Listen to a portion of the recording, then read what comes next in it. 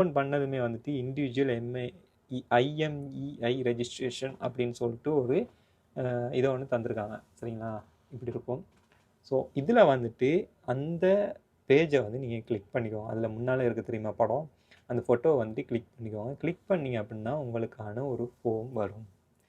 இது தான் இவ்வளோ நாள் நம்ம எல்லாரும் கேட்டுட்டு இருந்த ஒரு ஃபார்ம். வெளிநாட்டிலேருந்து வரக்கூடிய நமக்கான ஒரு பதிவு செய்யக்கூடிய ஒரு ஃபார்ம். சரிங்களா, அப்ளிகேஷன்.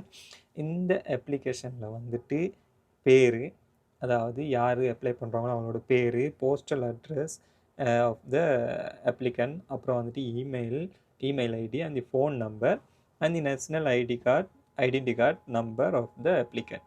அதுக்கப்புறம் வந்துட்டு ஐஎம்இஐ நம்பர் 1, அதாவது 2 சிம் போடுற ஃபோனாக இருந்துச்சுன்னா first number and second number ரெண்டையும் கொடுத்து சப்மிட் கொடுத்தீங்க அப்படின்னா ஓகே.